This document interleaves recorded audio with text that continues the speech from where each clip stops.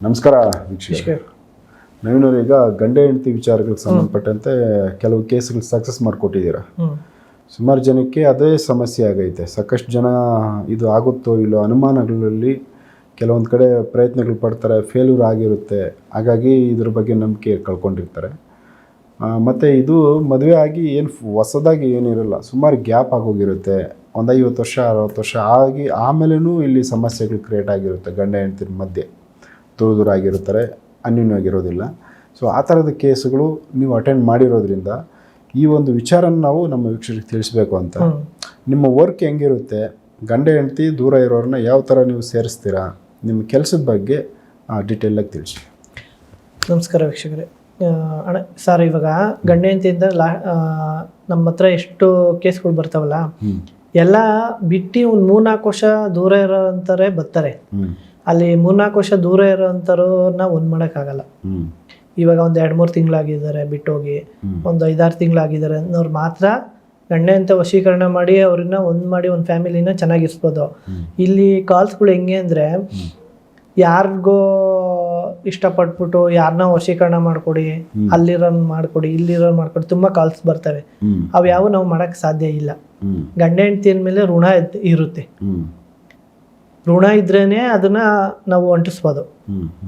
ಒಂದು ಪ್ರಯೋಗದಲ್ಲಿ ನಾವು ಗಂಡ ಹೆಂಡತಿದು ಒಂದು ನಾರಾಯಣ ಅಸ್ತ್ರದಿಂದ ಒಂದು ಮಾಡ್ತೀವಿ. ನಾರಾಯಣ ಒಂದು ಪೂಜೆ ಇದೆ, ಅದರಲ್ಲಿ ಇಬ್ರು ಒಂದು ಮಾಡ್ಬೋದು.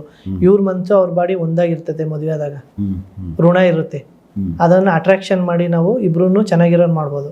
ಮಾಡಾದ್ಮೇಲೆ ಅವ್ರ ಬಂಧನ ಮಾಡಬೇಕು, ಬೇರೆ ಯಾರು ಎಂಟ್ರಿ ಕೊಡ್ದಂಗೆ. ಅದರಲ್ಲಿ ವಿದ್ವೇಷಣ ಪ್ರಯೋಗ ಒಂದು ಇರುತ್ತೆ. ಸರ್ವಜನ ಉಚ್ಚಾಟನೆ ಮಾಡಬೇಕು.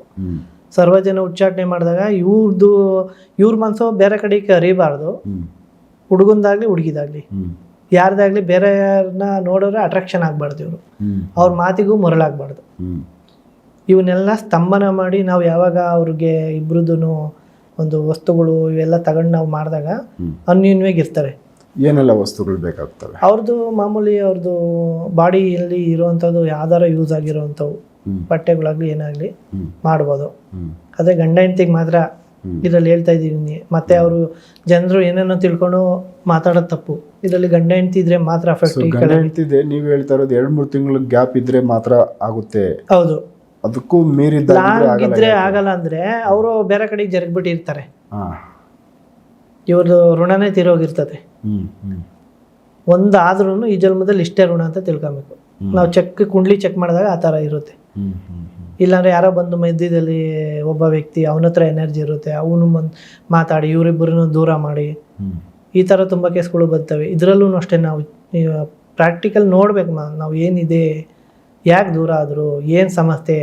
ಇದರಲ್ಲಿ ಅರ್ಧ ಬ್ಲ್ಯಾಕ್ ಮ್ಯಾಜಿಕ್ ಇದೆ, ಇನ್ನೊಬ್ರದ್ದು ಒಂದು ಕುಂಡ್ಲಿ ಪ್ರಾಬ್ಲಮ್ಸ್ ಇದೆ, ಇನ್ನೊಂದು ಮತ್ತೆ ಫೈನಾನ್ಸ್ ಪ್ರಾಬ್ಲಮೇ ಜಾಸ್ತಿ ಬರೋದು. ನಮ್ಮ ಹತ್ರ ಅಂಡರ್ಸ್ಟ್ಯಾಂಡಿಂಗ್ ಇರಲ್ಲ. ಇವರೇನೋ ಥಾಟ್ಸಲ್ಲಿ ಇರ್ತಾರೆ, ಇವರೇನೋ ಎಕ್ಸ್ಪೆಕ್ಟ್ ಮಾಡ್ತಾ ಇರ್ತಾರೆ. ಅವ್ರದ್ದು ಇವ್ರು ಸಿಗಲ್ಲ, ಇವ್ರದ್ದು ಅವ್ರಿಗೆ ಸಿಗಲ್ಲ.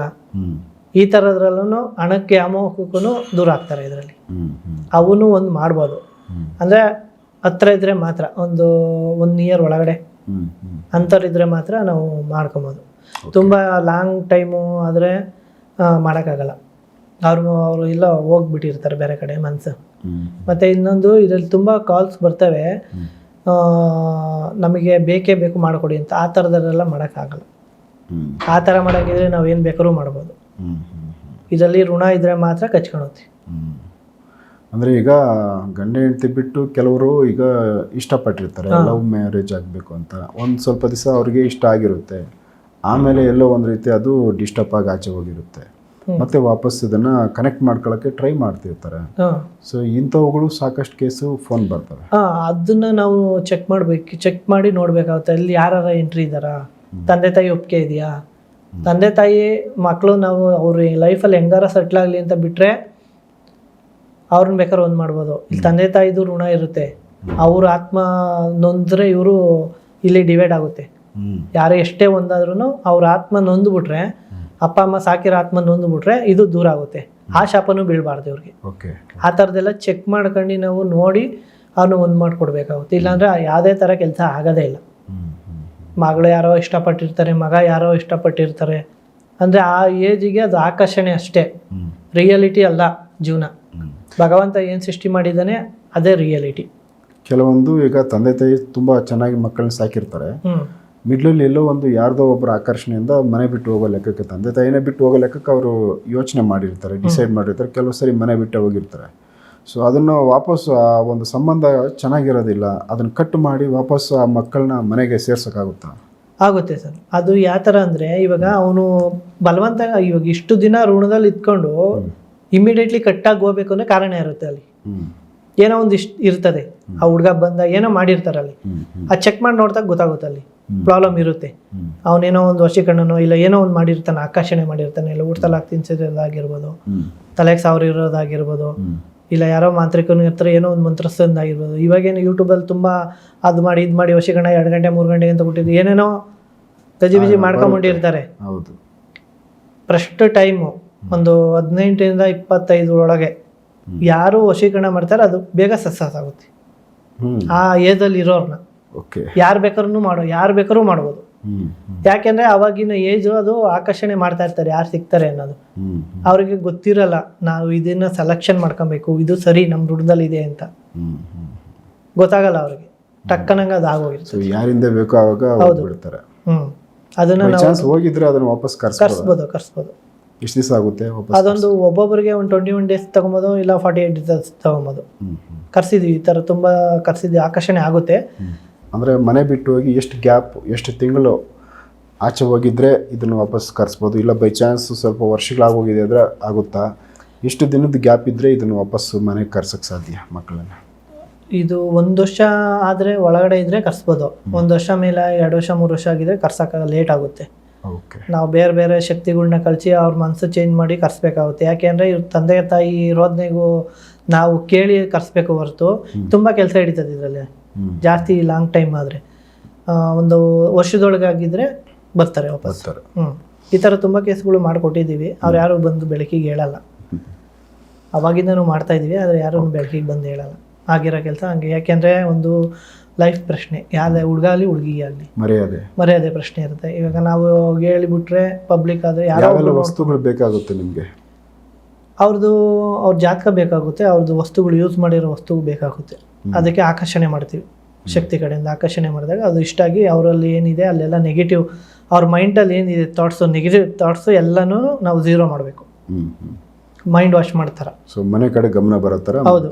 ಅವರು ಮನೇಲಿ ಏನೇನು ಖುಷಿಯಾಗಿದ್ರು ಅದನ್ನೆಲ್ಲ ನಾವು ರೇಸ್ ಮಾಡಬೇಕು. ಆ ಕಡೆ ನೆಗೆಟಿವ್ದು ಜಾಸ್ತಿ ರೇಸ್ ಮಾಡಬೇಕಾಗುತ್ತೆ. ಯಾರ ಹತ್ರ ಇರ್ತಾರೆ ಸೊ ಅವ್ರ ಬಗ್ಗೆ ಕೆಟ್ಟ ಆಲೋಚನೆಗಳು ಅವ್ರಿಗೆ ಶುರು. ಹೌದು, ಅವನ್ನ ಇದ್ದಾಗ ಅಲ್ಲಿ ಜಗಳ ಮಾಡ್ಕೊಂಡು ಬರುವಂಥ ಮೂಮೆಂಟ್ ಇರುತ್ತೆ. ಇವು ತುಂಬ ನಡೀತಾ ಇದ್ದಾವೆ, ತುಂಬ ಕಡೆನೂ ಮಾಡ್ತಾ ಇದ್ದಾರೆ, ಯಾರನ್ನು ಬೆಳಕಿಗೆ ಬರಲ್ಲ. ಸೊ ಫೋಟೋಸಲ್ಲೇ ಇಟ್ಕೊಂಡು ನೀವು ಮಾಡ್ತೀರಾ, ಆ ವ್ಯಕ್ತಿಗಳೇನೋ ಹತ್ರ ಬರಬೇಕಾಗಿಲ್ಲ. ಇವೆಲ್ಲ ವಶೀಕರಣ ಅವೆಲ್ಲ ಆದರೆ ಅವ್ರು ನೋಡ್ಬಿಟ್ಟೆ ಮಾಡಿಕೊಡ್ಬೇಕು. ಎಲ್ಲ ಹೇಳ್ಕೊಂಡು ನಾವು ಮಾಡಿಕೊಡಿ ಅಂದರೆ ನಾವು ಎಷ್ಟು ಖರ್ಚು ಆ ಥರ ಆಗಲ್ಲ. ನಮ್ಮ ಶಕ್ತಿ ಹೋಗುತ್ತೆ. ಧರ್ಮ ಅಧರ್ಮ ಆಗಿರ್ಬಾರ್ದು, ನ್ಯಾಯಬದ್ಧವಾಗಿದ್ದವು ಮಾತ್ರ ಮಾಡೋಕ್ಕೆ ಸಾಧ್ಯ. ಇಲ್ಲಾಂದರೆ ನಮ್ಮ ಅಮ್ಮನವರು ಇವಾಗ ನಾವು ಅಮ್ಮನವ್ರ ಹತ್ರ ಸಿದ್ಧಿ ಮಾಡಿ ನಾವು ಮಾತು ತಗೊಬೇಕಾದ್ರೆ ಅಮ್ಮನವರು ನಮ್ಮ ಮಾತು ಕೈ ಹಿಡಿದಿರ್ತಾರೆ. ನೀನು ಏನು ಕರಿತಾ ಇದೆಯಾ ಅನ್ನೋ ಉದ್ದೇಶ ನಾವು ಹೇಳಿರ್ತೀವಿ ಅವ್ರಿಗೆ, ಇಂಥ ಕಾರ್ಯಕ್ಕೆ ಇಂಥ ಜೊತೆ ನೀವು ನಮ್ಮ ಜೊತೆ ಸಪೋರ್ಟಾಗಿ ಇರಬೇಕು ಯಾವಾಗ್ಲೂ ಅಂತ. ಅಮ್ಮನವ್ರ ಕೈ ಹಿಡಿದಾಗ ನಾವು ಚೆನ್ನಾಗಿರ್ತೀವಿ.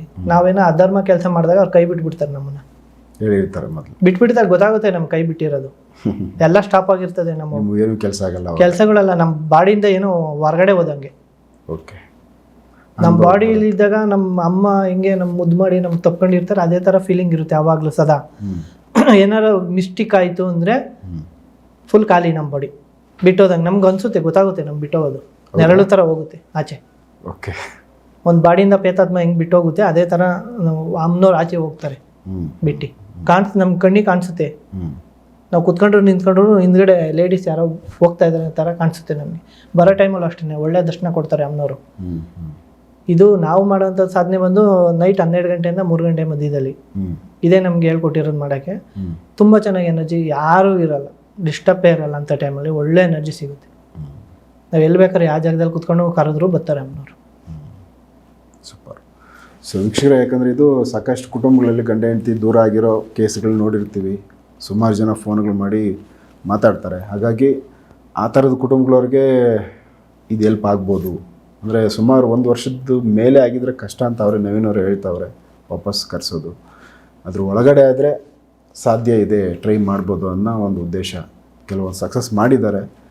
ಇದರಲ್ಲಿ ಗಂಡ ಹೆಂಡ್ತಿದ್ದಾಗ್ಬೋದು, ಇಲ್ಲ ಮಕ್ಕಳು ಮನೆ ಬಿಟ್ಟು ಹೋಗಿರೋ ಒಂದು ವಿಚಾರಗಳಲ್ಲಾಗಿರ್ಬೋದು. ಮತ್ತು ವಾಪಸ್ ಆ ಕುಟುಂಬನ ಅಂದರೆ ದೂರ ಆಗಿರೋ ಕುಟುಂಬನ ಒಟ್ಟಿಗೆ ಮತ್ತೆ ಒಂದುಗೂಡಿಸುವಂಥ ಕೆಲಸ. ಇದರಲ್ಲಿ ಕೆಟ್ಟ ಆಲೋಚನೆಗಳಾಗ್ಬೋದು, ಇಲ್ಲ ಕೆಟ್ಟ ಕೆಲಸಗಳಾಗಿರ್ಬೋದು, ಇನ್ಯಾರನ್ನೋ ಕನೆಕ್ಟ್ ಮಾಡಿಕೊಡ್ರಿ ಇವೆಲ್ಲ ಇಲ್ಲ. ಅವುಗಳನ್ನ ಮಾಡೋಕ್ಕೋದ್ರೆ ಹೇಳಿದ್ರು ಏನಂದರೆ ಅವರಲ್ಲಿರೋ ಶಕ್ತಿನೇ ಆಚೆ ಹೋಗುತ್ತೆ. ಏನಿದ್ರು ಒಳ್ಳೆ ಕೆಲಸ ಆದರೆ ಮಾಡಬೇಕು, ಇಲ್ಲಾಂದರೆ ಇದನ್ನು ಮುಟ್ಟಂಗಿಲ್ಲ. ಸೊ ಇದ್ರ ಬಗ್ಗೆ ಮಾಹಿತಿ ಕೊಟ್ಟಿದ್ದೀವಿ. ಅವಶ್ಯಕತೆ ಇದ್ದವ್ರಿಗೆ ಹೆಲ್ಪ್ ಆಗಲಿ. ನೆಕ್ಸ್ಟ್ ಇನ್ನು ಬೇರೆ ವಿಚಾರಗಳನ್ನ ನವೀನ್ ಅವ್ರ ಜೊತೆ ಮಾತಾಡ್ತಾ ಹೋಗ್ತೀನಿ. ಎಪಿಸೋಡ್ ನೋಡ್ತಾ ಹೋಗಿ. ನಮಸ್ಕಾರ. ನಮಸ್ಕಾರ.